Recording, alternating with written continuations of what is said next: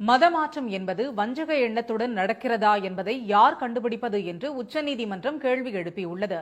உத்தரப்பிரதேசம், மத்திய பிரதேசம், ஹரியானா, ராஜஸ்தான், உத்தராகண்ட், சத்தீஸ்கர் உள்ளிட்ட மாநிலங்களில் மதமாற்ற தடை சட்டம் அமலில் உள்ளது. பல மாநில அரசுகள் கொண்டு வந்திருக்கும் மதமாற்ற தடை சட்டத்தை எதிர்த்து citizen for justice and peace என்ற அமைப்பு உச்சநீதிமன்றத்தில் மனு தாக்கல் செய்தது. இந்த மனுவுடன் மேலும் 13 மனுக்கள் உச்சநீதிமன்றத்தில் தாக்கல் செய்யப்பட்டன. அவை தலைமை நீதிபதி திரு B.R. கவாய் தலைமையிலான அமர்வு முன்பு நேற்று விசாரணைக்கு வந்தபோது மனுதாரர் தரப்பில் ஆஜரான மூத்த வழக்கறிஞர் திரு C.U. சிங், மத சுதந்திரம் என்ற பெயரில் கொண்டுவரப்பட்டுள்ள இந்த சட்டம் மதமாற்ற தடை சட்டமே என்று சுட்டிக்காட்டினார்.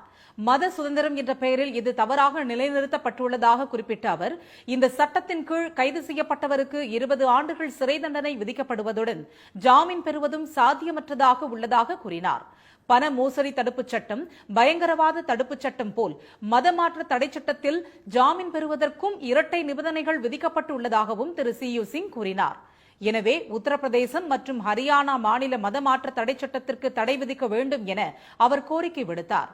இதையடுத்து இதுகுறித்து பதிலளிக்க மாநில அரசுகளுக்கு நோட்டீஸ் அனுப்ப தலைமை நீதிபதி திரு B.R. கவாய் உத்தரவிட்டார். தவறான மற்றும் ஏமாற்றும் நோக்கம் கொண்ட மத மாற்றத்திற்கு தடை விதிக்கப்பட வேண்டும் என வலியுறுத்தி மூத்த வழக்கறிஞர் திரு அஸ்வினி குமார் உபாத்யாயா மனு தாக்கல் செய்தார். அப்போது மதமாற்றம் என்பது வஞ்சகமாக ஏமாற்றும் நோக்கமா இல்லையா என்பதை யார் கண்டுபிடிப்பார்கள் என தலைமை நீதிபதி திரு B.R. கவாய் கேள்வி எழுப்பினார். பல மாநிலங்களில் நிலுவையில் உள்ள மதமாற்ற சட்டத்திற்கு எதிரான மனுக்களை உச்சநீதிமன்றத்திற்கு மாற்ற வேண்டும் என்று மூத்த வழக்கறிஞர் திருமதி இந்திரா ஜெய்சிங் கோரிக்கை விடுத்தார். இதனை ஏற்ற தலைமை நீதிபதி அனைத்து வழக்குகளையும் உச்சநீதிமன்றத்திற்கு மாற்ற உத்தரவிட்டார்.